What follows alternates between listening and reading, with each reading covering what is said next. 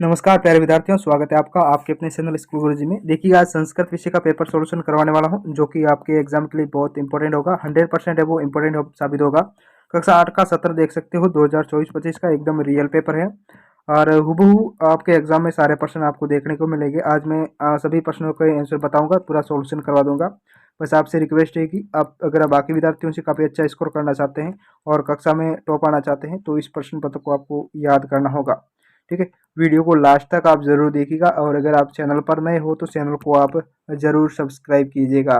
और जो बाकी सब्जेक्ट के पेपर और भी है ना, वो भी मैंने अपलोड कर रखे हैं विद सॉल्यूशन रियल पेपर, इसी चैनल पर अपलोड कर रखे हैं। आप इस वीडियो को देखने के बाद वो सारे पेपर देख लेना, ताकि आपका है वो सिलेबस है वो 100% वो कवर हो जाए और स्कोर है वो बेहतरीन हो। शुरू करते हैं आपका बिना टाइम वेस्ट किए प्रश्न पत्र किस तरीके से प्रश्न आएगा, कौन कौन से आपके एग्जाम में पूछे जाएंगे। सबसे पहला प्रश्न है कि प्रश्नानि उत्तराणि विकल्प बे स्थित्वा लिखित, यानी जो 4 विकल्प में से प्रश्नों के उत्तर लिखने हैं। प्रश्न दे रखा है श्रृंगालय से नामासित, श्रृंगालय से नामासित, इसका आंसर हो जाएगा दधीपोज। दूसरा प्रश्न है कि सचल का आसित, सचिल का आसित व्याघ्र हो जाएगा इसका आंसर। और तीसरा है गुणा गुणेषु गुणा भवंती, तो यहाँ गुणा हो जाएगा, ऑप्शन ब इसका राइट आंसर हो जाएगा। ठीक है, ये तीनों का आंसर हो गया, स्क्रीनशॉट आप जरूर लें इसका। और उसके बाद है दूसरा प्रश्न, दूसरे में आपको मिलान करना है और कुछ नहीं करना है।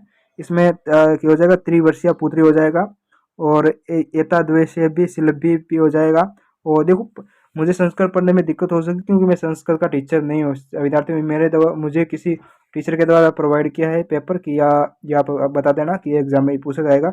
मैं साइंस टीचर हूँ तो इस वजह से संस्कृत में मुझे पढ़ने में दिक्कत हो, तो इसे इग्नोर जरूर करें। ठीक है, ओके। उसके बाद सुंदर सुंदरम महिला हो जाएगा, त्रीनी कारणानी हो जाएगा। इस तरीके से इसका मिलान करना है आपको, स्क्रीनशॉट आप ले लें। तीसरा है कि प्रश्न क्या जाएगा, निम्न गद्यांश का हिंदी में अनुवाद करना। ये गद्यांश दे रखा है ना, वने खरनकर कस्मिसित वने खरनकर नाम सिंह प्रतिवसति, इसमें इस तरीके से ये जो गद्यांश दे रखा है इसका हिंदी में अनुवाद करना है। आपके पढ़ा होगा आपने, ये किताब में यूनिट पढ़ी होगी तो ये कहानी आपको याद होगी। और वैसे हिंदी में आपको पास में इसका हिंदी में अनुवाद होता होगा तो आपने पढ़ा होगा, तो ये बहुत आसान है, ये आप तैयार कर लेना। उसके बाद जो चौथा प्रश्न है कि संधि कर, तो आपको संधि करनी है। विद्या प्लस आले का विद्यालय हो जाएगा, सूर्य प्लस उदय का सूर्योदय हो जाएगा, गम प्लस का कतवा का गतवा हो जाएगा और रमा प्लस इसका रमेश हो जाएगा। इस तरीके से इसका संधि विच्छेद संधि हमने कर दी है। 5 है कि आपको खाली जगह भरनी है, रिक्त स्थान भरने हैं। इसमें देखिएगा सबसे पहले में क्या आ जाएगा, यहाँ बही लिख देना। ये जो बही है ना वो यहाँ लिख देना पहले में। और दूसरे में आपको क्या प्रयोग करना है, दूसरे में आपको दूर क्या हो जाएगा, आपको सॉरी मैंने यहाँ गलत बता दिया आपको। सूर्य पूर्व दिशा सदा, तो यहाँ आपको सदा का प्रयोग करना है पहले में। ठीक है, यहाँ मैं लिख देता हूँ, पहले में सदा का प्रयोग करना है, दूसरे में बही का प्रयोग करना है और तीसरे में आपको दूर का प्रयोग करना है, चौथे में तरही का प्रयोग करना है। इस तरीके से 4 खाली जगह है, चारों में आपका इस तरीके से 4 करना है।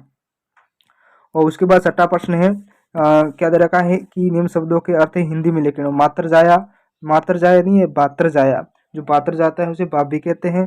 प्रक्षालयंती का मतलब होता है धोना और निधई का मतलब होता है बढ़ाना और इतस्तेत का मतलब होता है इधर उधर, क्या हो जाएगा, इधर उधर हो जाएगा। ठीक है, ये हो गया आपका ये हिंदी में। उसके बाद 7वां है कि अपनी पाठ्य पुस्तक के संस्कृत में से 2 श्लोक लिखी जो इस प्रश्न पत्र में नहीं आए। मतलब है कि ऐसे श्लोक लिखने हैं जो इस प्रश्न पत्र में नहीं पूछे गए हैं। जैसे कि ये जो दे रखा है ना, ये पूछा गया है इसमें, तो ये आपको नहीं लिखने हैं, इसके अलावा एक्स्ट्रा लिखने हैं। तो इसलिए आपको कम से कम 4 श्लोक याद होने चाहिए, ताकि 2 अगर इसमें पूछ लिया जाए तो बाकी 2 आपको याद रहेंगे। ठीक है, इस तरीके से 4 श्लोक आप जरूर याद करें। तो 2 श्लोक आपको लिखने हैं इसमें और ये 6 नंबर का है। कितने हैं, 6 नंबर का है। उसके बाद 8वां है औदोलिखिताना प्रश्नानाम उत्तराणि संस्कृत भाषाएं लिखित। ठीक है, प्रश्नों के उत्तर है संस्कृत भाषा में लिखित। जैसे क्या देखा, सतत की करणीयम, तो सतत देय स्मरणम, क्या लिखना है, देय स्मरणम। मधुमक्षिका की जनयति, तो मधुमक्षिका माधुर्मेव जनयति। उसके बाद खरनखत कुत्र प्रतिवस्ती इसमें, तो खरन करे वो वने प्रतिवस्ती इसमें। राकेश कस्या तिरस्कार करोती, तो इसका कमेंट बॉक्स में आप जरूर बताएं। चौथे प्रश्न का आंसर है, कमेंट बॉक्स में जरूर बताइएगा। उसके बाद जो 9वां प्रश्न है, विद्यार्थियों चैनल पर नए हो तो चैनल को आप जरूर सब्सक्राइब कर लेना, ताकि बाकी सब्जेक्ट के पेपर है वो आपको टाइम पर एग्जाम से पहले आपको मिल जाए। उसके बाद ये अगला दे रखा है, निम्नलिखित पद्यांश का हिंदी में अनुवाद करना है। क्या करना है? हिंदी में अनुवाद करना है। इन दोनों में से किसी एक का हिंदी में अनुवाद करना है, या तो आप इसका कर सकते हो या फिर इसका कर सकते हो। ओके, तो ये हो गया आपका 9वां प्रश्न, इसका हिंदी में अनुवाद करना है, पद्यांश दे रखा है दोनों में से। तो आप जरूर हर प्रश्न का स्क्रीनशॉट लेना है। अगर आप पीडीएफ प्राप्त करना चाहते हैं तो टेलीग्राम चैनल को आप जरूर ज्वाइन कर ले, वहाँ से आपको पीडीएफ मिल जाएगी। अगर आप स्क्रीनशॉट लेना चाहते हैं जरूर ले, ताकि क्या है कि आप बाद में इसका सॉल्यूशन करोगे तो प्रश्न आपके सामने रहेंगे।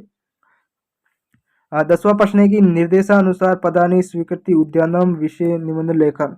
यानी आपको उद्यानम पर आपको निबंध लेखन लिखना है, निबंध लिखना है। लगभग आपको 10 लाइनें लिखनी है संस्कृत में उद्यानम पर। ओके, इस शब्दों का प्रयोग कर सकते हो आप।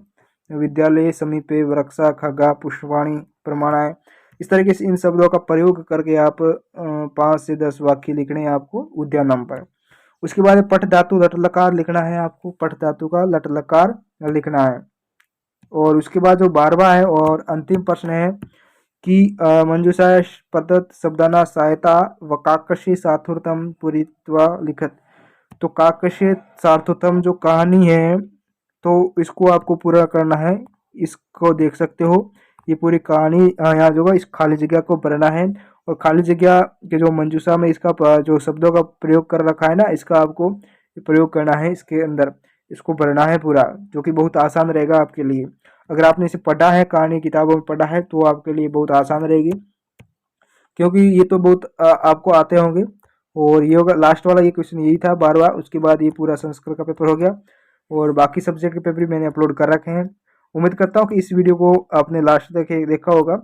अगर आपने स्क्रीनशॉट नहीं लिया है तो आप एक बार जरूर ले, दोबारा स्क्रीनशॉट आप इसका ले, ताकि क्या है कि आप बाद में इसका सॉल्यूशन भी करोगे तो आपके लिए ये आसान रहेगा, दोबारा वीडियो ना देखना पड़े। इस वजह से आप इसका स्क्रीनशॉट जरूर लें। इस तरीके से हो गया ये पेपर पूरा का पूरा इंपॉर्टेंट है, 100% रियल पेपर है विद्यार्थियों। ओके, ये आपके एग्जाम के लिए बहुत इंपॉर्टेंट होगा।